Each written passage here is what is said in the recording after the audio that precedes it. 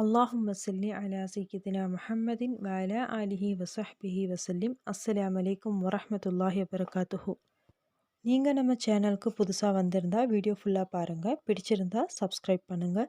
பராத் இரவுடைய சிறப்புகளை பார்க்கலாம். ஓத வேண்டியது என்னென்னன்றதை பற்றி பார்க்கலாம். ஷபானுடைய பகுதி தான் பராத். பராத் அப்படின்னா பருக்கத்து நிறைஞ்ச நாள்னு அர்த்தம். அல்லாஹுடைய ரஹ்மத்தும் பர்க்கத்தும் இறங்கக்கூடிய ஒரு இரவு. அந்த இரவில் அல்லாஹுடைய ரஹ்மத்துடைய கதவுகள் 300 கதவுகள் திறக்கப்படும்னு சொல்லப்படுது. பராத்தை எதுக்கு சிறப்பிக்கிறாங்க அப்படிங்கிறத பார்க்கலாம். ரசூலுல்லாஹி ஸல்லல்லாஹு அலைஹி வஸல்லம் அவர்கள் அல்லாஹ்கிட்ட தன்னுடைய உம்மத்து ஷஃபாஅத்திற்காக முழு அதிகாரம் கேட்க போது அல்லாஹ் சுப்ஹானஹு வ தஆலா ஷஹபானுடைய 13ஆம் இரவில் 3ல் ஒரு பங்கும், 14ஆம் இரவில் 2ல் ஒரு பங்கும், 15ஆம் இரவில் முழு அதிகாரமும் அல்லாஹ் சுப்ஹானஹு வ தஆலா ரசூலுல்லாஹி ஸல்லல்லாஹு அலைஹி வஸல்லம் அவர்களுக்கு அதிகாரம் கொடுக்குறாங்க. இதை பற்றி இமாம் ஃபக்ருத்தீன் ராசி ரலியல்லாஹு அன்ஹு அவர்களுடைய தப்சீர் கபீர்லையும், இஸ்மாயில் ஹக்கி ரலியல்லாஹு அன்ஹு அவர்களுடைய ரூஹுல் பயான்லையும், இமாம் ஜமக்ஷரி அவர்களுடைய தப்சீர் கஷாஃப்லையும் இதை பற்றி சொல்லப்பட்டிருக்கு. இன்னும் நிறைய இடங்கள்லையும் இதை பற்றி சொல்லியிருக்கு. பராத்துடைய இரவில் குர்ஆன் முதல் வானம் வரைக்கும் இறக்கப்பட்டதாகவும், லைலத்துல் கதரில் முழுமையாக இறக்கப்பட்டதாகவும் சில இடங்கள்லையும் சொல்லப்பட்டிருக்கு. எப்படி இருந்தாலும் இந்த பராத்துடைய இரவு அப்படிங்கிறது ரொம்பவும் சிறப்பு வாய்ந்த பர்க்கத்து நிறைஞ்ச ஒரு இரவு.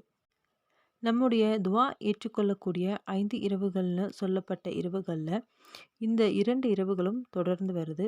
ஒன்று வெள்ளிக்கிழமை இரவு, இன்னைக்கு மகரிபுக்கு பிறகு, நாளைக்கு பராத்துடைய இரவு.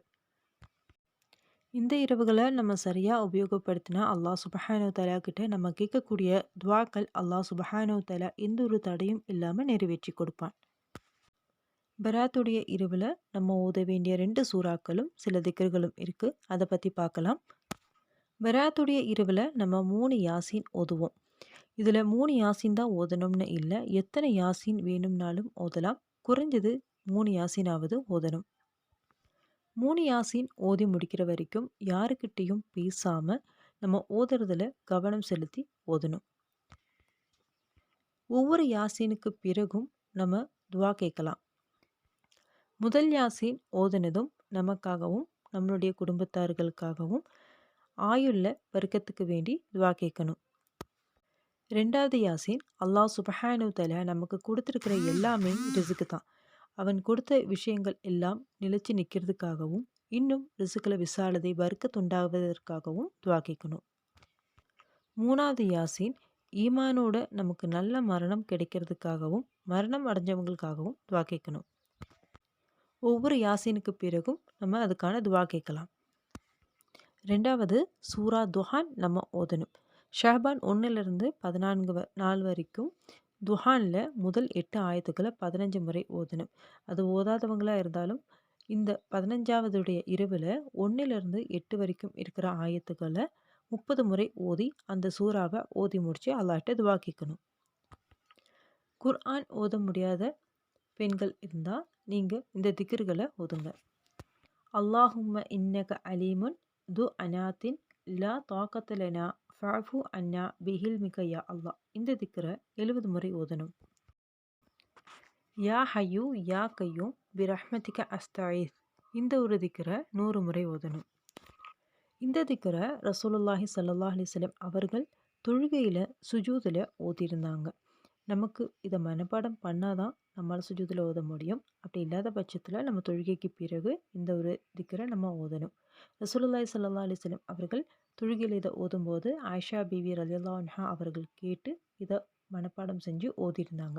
அப்போ ரசூலுல்லாஹி ஸல்லல்லாஹு அலைஹி வஸல்லம் அவர்கள் கேட்டாங்க, இந்த ஒரு திக்ரை மனப்பாடம் செஞ்சுட்டே ஆயிஷா அப்படின்னு கேட்கும்போது, ஆமாம் நபியேன்னு ஆயிஷா பீவி ரலியல்லாஹு அன்ஹா அவர்கள் சொல்கிறாங்க. அப்போது நபிகள் நாயகம் ஸல்லல்லாஹு அலைஹி வஸல்லம் அவர்கள் சொல்கிறாங்க, இந்த ஒரு திக்ரை தனக்கு ஜிப்ரீல் நபி அலைஹிஸ்ஸலாம் அவர்கள் கற்றுக் கொடுத்ததாகவும் திரும்ப திரும்ப ஓதும்படியாக சொன்னதாகவும் ரசூலுல்லாஹி ஸல்லல்லாஹு அலைஹி வஸல்லம் அவர்கள் சொல்கிறாங்க. இதை மற்றவங்களுக்கும் கற்றுக் கொடுக்கணும்னு ரசூலுல்லாஹி ஸல்லல்லாஹு அலைஹி வஸல்லம் அவர்கள் சொல்கிறாங்க. பராத்துடைய இரவில் ரசூலுல்லாஹி ஸல்லல்லாஹு அலைஹி வஸல்லம் அவர்கள் தொழுகையில் கேட்டதுவா நம்ம தொழுகைக்கு பிறகு இதை கேட்கலாம்.